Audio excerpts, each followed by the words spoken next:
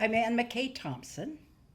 I'm on the board of the South Dakota Hall of Fame, and I've been fortunate to be an inductee myself, so I know how exciting it is for our new inductee for the 23-year Larry Rohrer.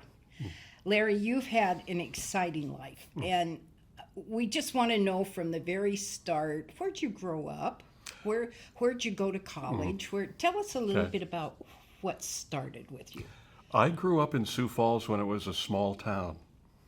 Born in 1955, and I can recall when I was 3.5 years old when my folks moved to their first new house in a little development in the eastern part of Sioux Falls called Leaders Addition, which was kind of an isolated area of new, smaller family homes, and I refer to it as baby boom heaven. It was just a neighborhood full of young kids, and we had room to run and parks, and it was a wonderful experience. Went to Franklin, which is no longer an elementary school, Whittier, and graduated from Sioux Falls, Lincoln. You did? Yeah. Then where did you go to college? Well, actually, I've got a whole list of colleges. Now, when I graduated from high school, I was 17 and really kind of not sure on direction, and I attended SDSU for a year. And then I drifted away, and I tell students not to follow me. I was on the 25-year plan, and I graduated from the University of Sioux Falls in 1998. I had some credits, but at a certain point I went back and got to work, and over a couple of years finished credits to graduate from USF. Well, what made you decide to finish? Actually, both of my parents passed away in the early 90s, about a year and a half from each other. And, when you become the older generation in a family, it just causes pause. I'd been at public broadcasting for a while and was really happy, and it meant a lot to me to be there. And actually, there were some things about working there from 1988 on that I kind of got in the habit of finishing things that I wasn't finishing before. And one day, I learned about their degree to completion program, and I found I was able to map out how I could complete my college degree, and it became a goal. I've had some things like that seem long distance that I've pursued. One was I ran marathon 3 different times, and I'm in no shape to do that. It was in another life when I was half the man I am now. But there was something about finishing those miles, 24, 5, 6, and going back to school to finish while having a full-time job was kind of like that. That's interesting. And it meant a lot to me privately to be able to follow through with something like that. So that was part of the inspiration. But, I can tell anyone who's thinking about after high school, postgraduate work is so worth it. And it was worth it for me, even at that age, to finish my degree for what it meant for my career at that time. So whether it's a trade, whether it's an apprenticeship or college, it will pay off. Even if you can't see it now, do it. There's a lot of research behind that of education beyond high school really pays off in a career. Yeah, it did for me, even in that non-traditional way. All from a marathon point of view. Well, where are you living now? My wife and we have a home in Beersford. So I lived in the Sioux Falls area, and then working at public broadcasting for many years, we had an acreage north of Vermilion. But when she retired, we wanted to, instead of having 3.5 hours of lawn to trim twice a week, we built a new home as area of Beersford was being redeveloped around the updated golf course, because we both enjoy that. And Beersford is really convenient if you're going to go to work in Vermilion or in Sioux Falls. So it's been a good fit, and what a wonderful town and community that we've become part of. There is a sense of community, I think, in South Dakota. Yeah. And it's one of the features that we have that's kind of secret that we all just love. Yeah. Well, you've had just a fascinating career. Out of all of that, what do you think you've accomplished? And then, is there a story you have about the most meaningful thing that you did? I've been really lucky. When I was very young, I had an interest in music. And even in high school, I played with a weekend dance band. I missed a lot of basketball games, and then I've had a musical connection and have played music with a few different groups my whole life, and I still do today. So that's been a real joy to have those good friends and to work with so many talented people. I have golfing friends because I played on the high school team, and my wife and I both play, and we're part of that community too in Beersford. I've had that connection. I worked in commercial radio for a number of years in Sioux Falls with a couple of different station groups and was a fan of public broadcasting. And then there's been some timing things that have paid off for me in my career. Let's hear it. Okay, and one of them was my wife and I at the time lived in Worthing, and we were in a play at the Old Town Theater in Worthing, and many people know that dinner theater. And I was just walking out the door for play practice, and there was a commercial that came on at the end of the McNeil-Lehrer News Hour, and it said, South Dakota Public Broadcasting is in search of a director of radio scheduling and acquisition. And I told my wife, I said, if you cut through the $9 words, it sounds like they're looking for a program director. And that was my job at a radio station in Sioux Falls. And I applied for that job, and a few weeks later, instead of driving north to Sioux Falls, I was driving south to Vermilion with that job. But what happened was, that change from commercial media to public broadcasting really, it took a couple of years, but I began to understand the public service mission of the media, its intent to be of public interest and public service. And it was so rewarding, that became part of my life that I've really appreciated. You know, we've dubbed you as a voice of South Dakota. And where did that fit in? Because I think everybody in the state knows you go into a community and you know that community when you're out of there. Yeah. Tell me how you got into that whole community and that voice for South Dakota. I was the junior class vice president at Lincoln High. And one of the things that I did occasionally was read announcements over the PA. That person did that. And one of the vice principals said, you've got a nice voice, you ought to be in radio. And a few years later, for fun, I was working weekends at Kello Radio. And then I followed that because I was in that school transition of what to do, and I followed that.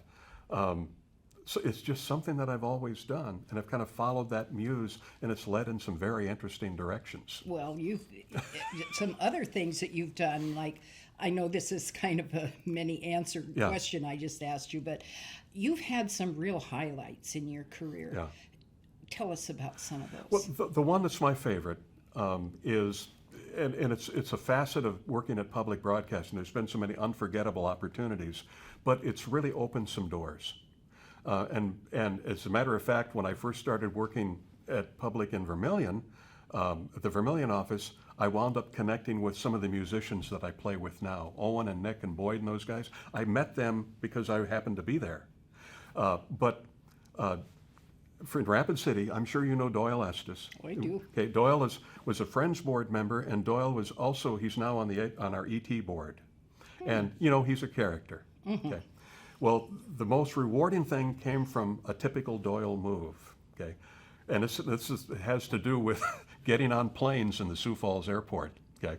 I was waiting, my flight had been called, I was at the Sioux Falls airport going to Los Angeles for a PBS meeting via Minneapolis. And just before they called our flight, I got a phone call, and it was a gentleman named Tom Froning from Fargo. And I called Tom an FOD, a friend of Doyle. Okay, Lambda Chi. Okay, and Tom, what had happened is Tom had called Doyle and said, "Hey, Doyle, I'm on a group up here in Fargo, and we have an honor flight program. You guys should have one in South Dakota." And Doyle told him, quote, "Call Larry and call Dave Landry." Well, Tom called me. And he said, "Hi, I'm Tom Froning. Doyle told me to call you, gave me your number. I'm with the honor flight group. He told me to talk to you about it for South Dakota." And I said, "Well, Tom, this is great. I'm just about to get on a plane. Can you email me the information?" "Sure, I can. And here in Fargo, we did this and we hooked up with WDAY." And I said, "Great, Tom, I'm walking down the jetway. Can you email me information? I'll get a hold of you next week." "I'd be glad to. And you know what else we did?" And he went on. And I'm sitting in my seat on the plane, and the stewardess is looking at me. And Tom's talking. I said, "Tom, I'll talk to you next week." So I fly to Minneapolis, about 45 minutes. Get off the plane. If you're flying from Sioux Falls and you're changing in the Twin Cities, you better find your gate because you might be walking halfway across the Twin Cities. So I always go to my next gate and I'm waiting, and I got a couple hours now and there's a Subway. So I thought, I'm going to have a sandwich before I get on the plane. And I'm finishing my sandwich and an older couple walks by and sits down, and the older gentleman was wearing a windbreaker that said WDAY Fargo Honor Flight. And I'd heard about this program an hour earlier, and here was this guy. And I thought, I was waiting for the angels to sing through the clouds, and this is how timing has worked in my life. So I thought, okay. I walked over and I said, excuse me. I said, I got a call about an hour ago from someone who's involved in the program, suggested that we do it in South Dakota. Were you on an honor flight? And he started to cry. Because it meant so much to him as a World War II veteran to be part of this program. And I thought, I'll never get out of this. Well, I went to my meeting, came back, and then met Dave Landry for the first time. A few weeks later, we had coffee and said, what are we going to do?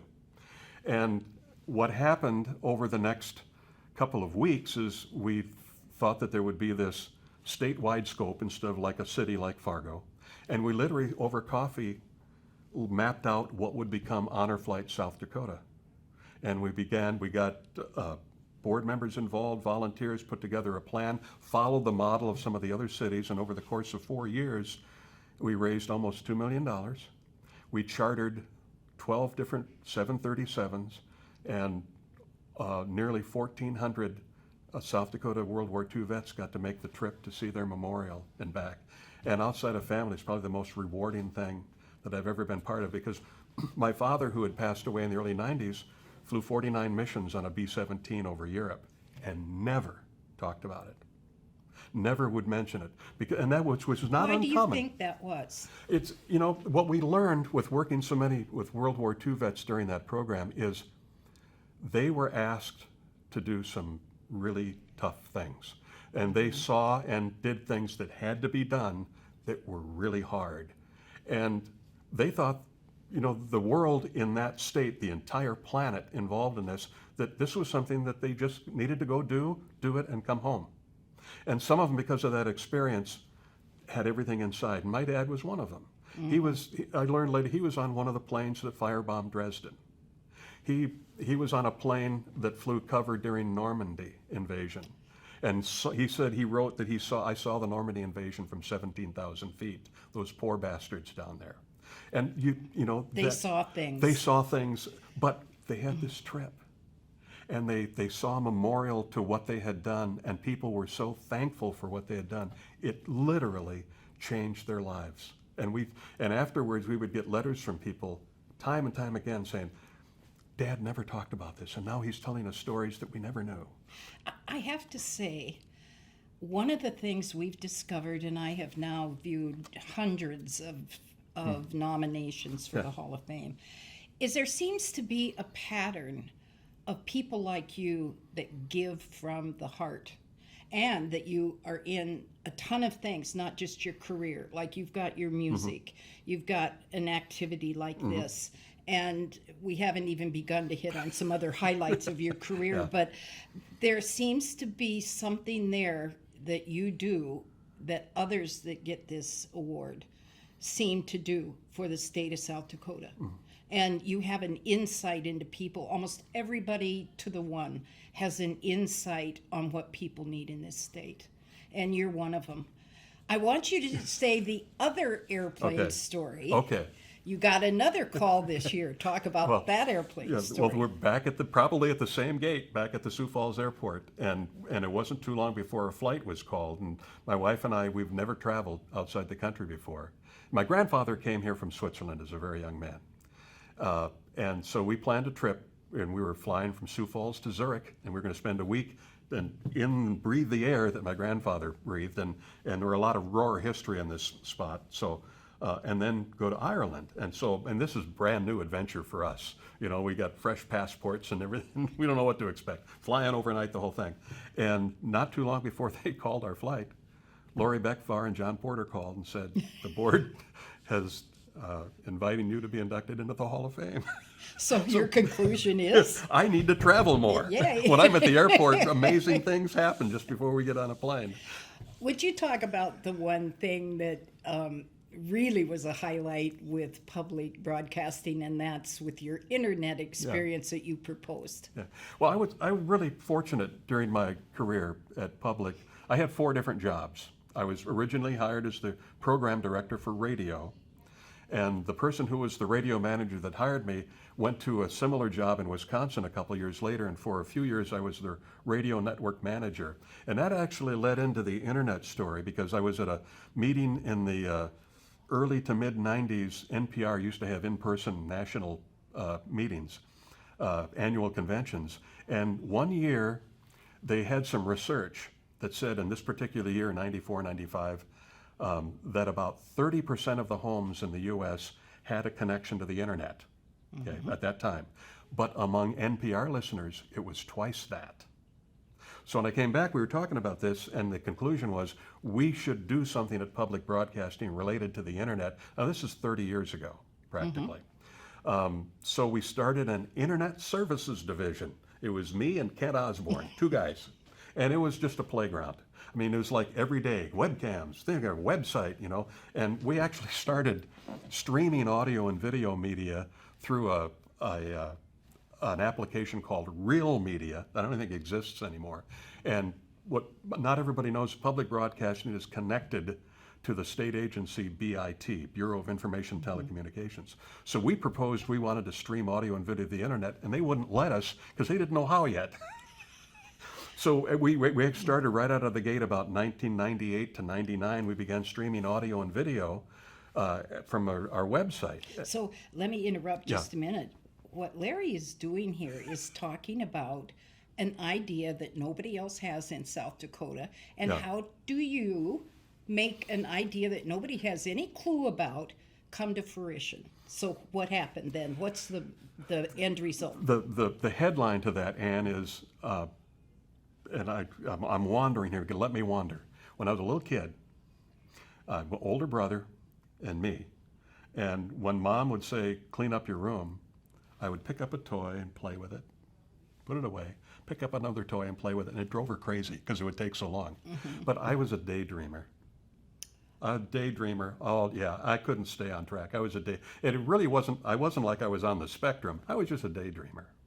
But through different times in my life, what I've realized is that it can be a real advantage to see things that don't exist, as opposed to trying to create things from what you know. And what happened on the internet side was seeing some possibilities that didn't exist, as opposed to simply rearranging your resources.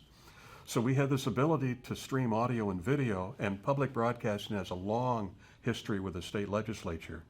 And with people meeting in a fixed place at a fixed time with microphones already there, it was not that complicated to set up so that you would get audio stream all of the legislative meetings. We just had to have a button and make those people feel comfortable doing it. And that took a couple years. But the other one was that I'm really proud with, and Kyle, who's on the other side of the camera, this is his thing now, and you're welcome for all that work you have to do. Started with my nephew, who played basketball in DeSmet. They won the B tournament the last year he was there. He followed his girlfriend to the Black Hills because she could get into the School of Mines and he couldn't. So he went to Black Hills. True story. They wouldn't let him in the parking lot. So Black Hills State, and a very successful accountant now. But he played basketball for the Yellow Jackets. And the last couple of years he played, they were always at the NAIA tournament in Boise. And we traveled to watch him play, but not there. And they had this new thing, 99, 2000, where you could watch on a computer screen and see the score change during their games, or listen to the hometown announcer do play-by-play. This is really cool. Well, I had that background, and at a friend's board meeting in January of 2001, we were meeting in Pierre, typical because we do a little lobbying at the same time while we were there. I told Julie, our executive director, I said, I'm going to go up to High School Activities Association and see if they do anything in the internet like I saw with my nephew. And the executive director at that time was Marlon Goldhammer, and Marlon he was going to actually retire that year. And I thought, well, I'm going to talk to him about this computer idea. And they let me in his office. We were going to talk. And Ruth Rain, who is one of his assistants, Ruth is just fabulous for girls' sports in South Dakota. I worked with her on that. Yeah, yeah. But Ruth used to bring Marlon's email, and she would print it out for him because Marlon didn't know how to open up the email on his computer. Yeah. He was really good, but not at that. That was new. So I thought, oh boy, we got our hands full with this. Basically, what I wanted to ask him is if public broadcasting could report on the boys' basketball tournament that year for the internet. And I said, yeah, basically we want to have press credentials to report to the internet. And they do radio and TV. So he said, you better come to a board meeting. And I went to their next board meeting in early February in Watertown, explained what the idea, and they said, okay. So we got our press credentials, and we asked to sit at the scores table when we did our work, and at all 3 sites. And right after that, we went to Daktronics, because they had most of the scoreboards where they had the tournament sites, and they were developing a new piece of software called DAC that linked information automatically from their scoreboard to a web page, and the web page could be displayed on the internet. But it was in beta; it wasn't released yet. Well, we talked to Daktronics and said, "Can we use your software?" They said, "Yeah." So they gave us a beta version of the software to test, and we did all 3 tournaments. And right away, I could see, man, we're onto something here. And this is March of 2001. So I went back to see Marlon, and I put together a plan that would basically have public broadcasting reporting in person at each of their activities throughout the year, all 33, from speech and debate to golf to tennis. And we're glad you included the arts Yeah, things in and that. public broadcasting was doing some of the arts and concert work, but these were all of the speaking arts, everything. One act plays, the whole thing. And part of the problem that they had at high school activities was there were some things being done on the web, but the schools had to do all of the input and the work. Okay, so I said, no, we'll take care of everything. We just need a space at the table to do it. Well, and I got to meet a lot of the activity people at the high schools around the state who actually helped them produce the championship when they're in their town, and they were skeptical. Was it going to be expensive to do? Well, it was just me and Kent and another helper in a car, and going around in the internet connection, which was oftentimes over the phone line, to post pictures and give results. And when I went back to work out the agreement to do this with Marlon, we worked it out, and normally for rights to broadcast, you have to pay a fee. And I said, Marlon, we don't have a fee in this contract. He goes, but I said, if it generates any income, should we split it, like 50-50, whatever? And he goes, if you can make any money on the internet, you go ahead and keep it. Yeah. Today it sounds like, well, but this was 2001. Okay, so we started doing that year. We had their annual meeting in April, approved that agreement. Wayne Carney took over for Marlon that year, and over the course of, we did the internet exclusive things and helped the other TV broadcaster with some content that they couldn't. They were the contract holders for TV. Kello was, and a Rapid City station was. And if they didn't have time or the networks wouldn't allow them to carry it, public broadcasting would often carry programs. So what was the end result of all of this? What happened is we really knew we were onto something.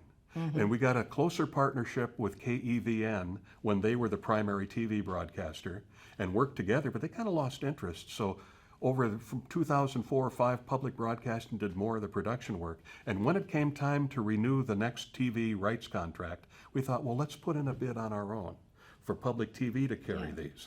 And I always like to explain this because we have received some criticism that we are doing work on public TV that should be done by commercial broadcasters.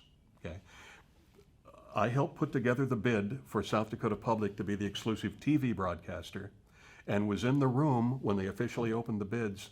Public was the only TV station that bid. No other TV station put in a bid to do that. So we basically did it by default. But then we got busy. And instead of covering 5 sports, we began, then it was 6, then it was 7, then it was 8, then it was the fine arts. And now Kyle and his team do 17 championships That's every amazing. year. You know, this whole story has so many lessons in it. First of all, do something that nobody else has done before. Dream. And don't give up because of Daydream. that. Daydream. Yeah, I know that one well. And the other thing is the cooperation that can make that happen. And you go in and out, try them out till it starts coming like that. And then just doing it. Yeah. It may not be perfect, but start it. I mean, that is really a good example of a lesson of how you make something happen.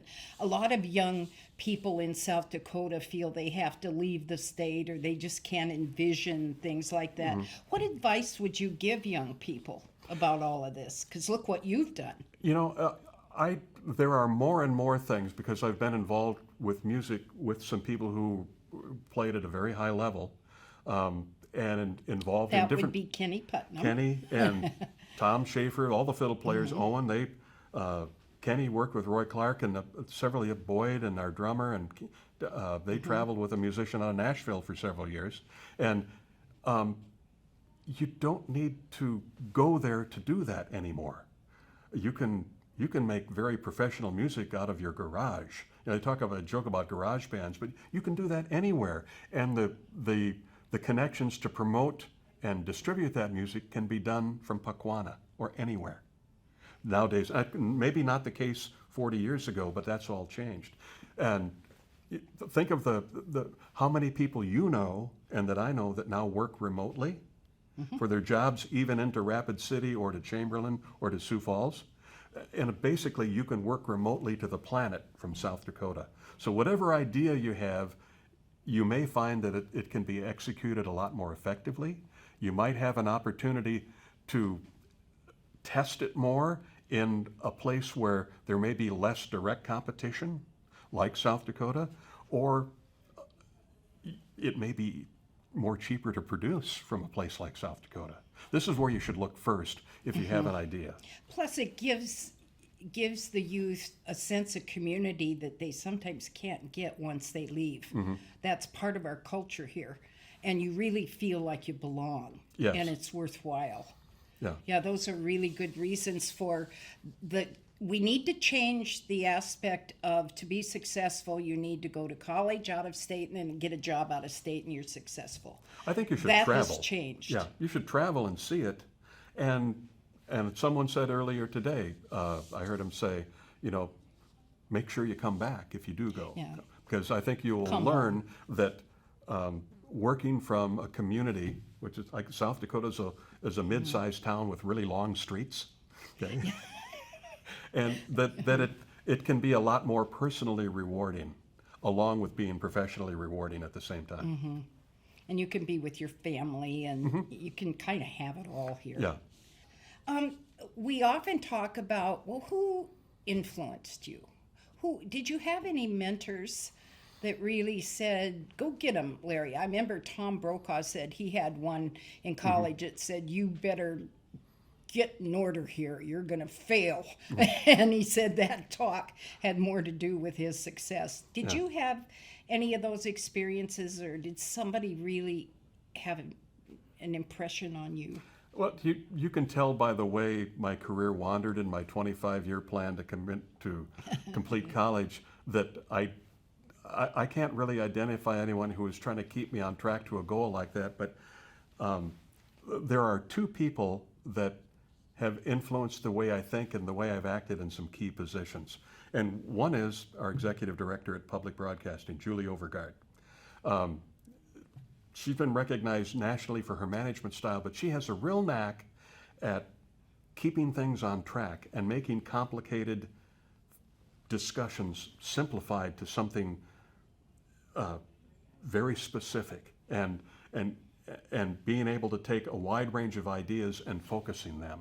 And what I've really learned from working, and Julie and I worked together a whole career. In fact, we've been on TV enough together, fundraising. We call each other our TV husband and wife. Yes. So, but she has a real interesting management style that can help you be efficient and to identify what it is you're trying to accomplish and focus on just that. Okay, and that has been tremendously successful for me to model those ideas in the different projects I've been part of. The other one was through his entire career at high school activities, working with Wayne Carney. We became very good friends. In fact, played golf together a few weeks ago. And I attended a lot of high school activity board meetings, and you cannot thank that group, or particularly high school athletic directors at high schools, at each one, enough for what they do. Because they're just like teachers, they have this huge range of responsibilities that people don't know about. I mean, they're taking care of your kids all day, or they may be guiding them in an activity and directing them to be better adults, but you don't see that. You think they teach physics or they coach football. There's so much more than that. But what I saw time after time from Wayne is there are a lot of very talented athletes and fine arts kids whose parents are living vicariously through them and want them to get this and want them to be there, and why can't they do this and why can't they do that? And what I watched Wayne do was face down a lot of very difficult situations. Why can't we do this? Why can't my student? And he would just be direct and say, look, here's the policy. This is how things have to be done to be fair with everybody in the state, and that's why Johnny or Mary has to do it this way and not that way, or why you can't transfer them to another school next week to play on that ball team, you know. And it's really hard things where he has to talk to people about very emotional things for them and their children. And I watched him do that directly and calmly and diffuse situations. I really admire watching that. And I had an exact copy of that on our very first honor flight to Washington, D.C. And I credit Wayne directly for this. I was the board chair. We had 156 seats on the plane, and we paid for the plane. We wanted to fill them all up with veterans and helpers. And it looked like on our very first flight, we were keeping track, like we had 155 people. And we knew who the next one would be if there was an open seat. We informed this young lady that she would be able to go along. We got on the plane and we had miscounted. We were already all on the plane, excited with these veterans to go to Washington. And we thought, well, we've got 157 people. Could one of the people sit in the jump seat with plane staff? They called headquarters, couldn't do it. I had to get up out of my seat, walk back in the plane, and bend down and tell this person we had made, and the plane's got to go, we got to do this now. It's something you want, and tell her that we had made a terrible mistake and we had to take her back off the plane. And I remember that, but what I remember was I knew it had to be done. I knew why. Just go do it and explain, and then just go with it. And that's something that I learned from watching those high school people deal with situations like that day to day with other people. And I'll never forget that, and how heartbreaking it was for me, and I can't even imagine what it was like for this young lady. Sometimes leaders have to make really tough decisions, is the point too. And yeah. Almost everybody, they don't talk about it, but almost everybody that comes into the Hall of Fame probably has a whole lineup of stories like that. Yeah. It breaks their heart. And it breaks your heart too. But what do you do, you know? Well, and there's another lesson in there, and I learned that I learned from Wayne is if you have your policies in order, then policies are policies, and it's not I don't like you, it's not personal. This is just a policy that we need to follow. And we were up against that in this situation, but that I remember that directly and calling on that in that particular situation. You know, we've got a talk going here about opportunities in our state, and the Hall of Fame inductees have all usually accomplished something for the state that nobody else has done at this point. So if we look 10 years down the line and we have people still in the workforce and still raising families and all, what opportunities do you see for people in our state that are coming up or that they could do? Okay. Well, my work has been in media, okay, and media doesn't save lives. It doesn't educate little kids. I mean, it can entertain and it can inform people. So, I mean, yeah, I need to put that into perspective. But instead of looking, I may not know the answer to that question, but I want to use that word opportunity in a different way. Okay, being involved in media for almost 50 years, I've seen a lot of things change, and which would naturally happen. I found out later, one of the reasons I got hired at public broadcasting is I was really persnickety at how I edited audio tape on a splicing block from reel to reel with Scotch tape. That's how you did edits back in when I started at public. We didn't have you didn't put the audio on computers. Now I can do it with a mouse and and Kyle knows how easy it is to do that. but that, I mean, those are one of the things that changed. But what really happened, which made a difference at public broadcasting and every place else, was you began to see in the late 90s that digital communications were coming. And multiple channels were coming. So instead of having one TV station, we've now got 6, okay? And we've got 3 different radio streams that go out. But what that is, Ann, is disruption, okay? Digital communications and new platforms completely disrupted media. And even though there was a lot of change up to about 2010, nobody in the media industry, and the new head of PBS at that time came from Sony Pictures. We brought his whole staff, and they were really good. Nobody saw the telephone coming and what that was going to do to media. I mean, we're watching and listening everything on our phones now. Not, you have big screens, but that is major disruption. That's not evolution, that's disruption. There's 2 things that come from disruption. One is fear. Fear of the unknown. Things are changing, I'm afraid. And this digital communications meeting I talked about before, this was right about the middle of this disruption time, and I came back and I told people came back from that meeting with tickets to 3 different buses.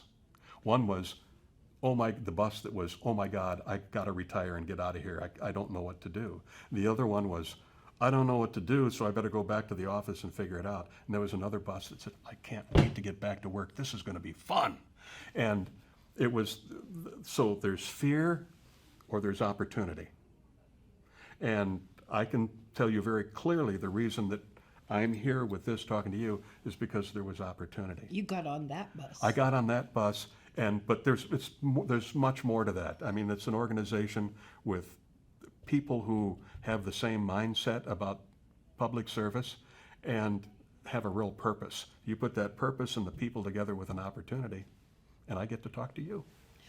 I think what you're pointing out is so important, is that it doesn't have to exist yet. No, you don't be afraid. I mean, where's the need? And then you fill it. Yeah, imagine what it could be. The other thing that I think that I noticed with all this too, and I guess I call my resume that way, it's a South Dakota resume. Yeah. You see something that needs to be done and you do it. And it could lead you in several directions. I remember that somebody was running for office and there was a newspaper thing that says, you can't elect this person. They've had 3 jobs. And good, more experience. Nowadays we're doing 3 at once, Yeah. And I think that times have changed so much that way. And you've been just one of the best examples of that. It's just been so fun to watch you over the years. And do you have anything else that you would like to say about where you've been, where you think we should go? Any final thoughts? I think there's 2 things anybody can do every day that might be the foundation for something bigger. And one is to say hello to as many people as you can. And no matter whether they're at the convenience store, at the bank, or they're your mentor, say thank you to anybody that is helping you with something that day. And I like to say, thank you for your help today. Is what I like to say when you're in those situations. Because what you're doing is you're acknowledging someone else, and you might be making their day a little better by saying hello or thank you. But what it does is it begins to put you on that path of what can I do for you? And when opportunity comes along, you might wind up in some projects and get to hang with Ann Thompson. You're not. You know what is interesting with inductees, another thing that I'm seeing, and thanks to your comments today, is that doors open for people. Yes, they do. And go through them. Yeah, don't be afraid. I mean, so many people say, well, I'm not trained. I think especially women did that in the past. I don't think they do it now. But you go through it, and it does lead to different things. Go through the door that opens. Yeah. All And salesmen, you have done that. all salesmen know that you ask for the order. What are they going to do? Say no? I mean, And you've also connected with people. Yeah. You've given a lot of really good advice, I think, for people that don't have the wherewithal yet. you can't have too many You know. partnerships. Yeah. Yeah. And they've Yeah. got to be genuine. Yeah. It's the South Dakota nice. Well, we have just had a wonderful day with you and congratulate you. It's just a tremendous honor. I'm really tickled. Congratulations, Thank you, Ann. Larry. Thank you.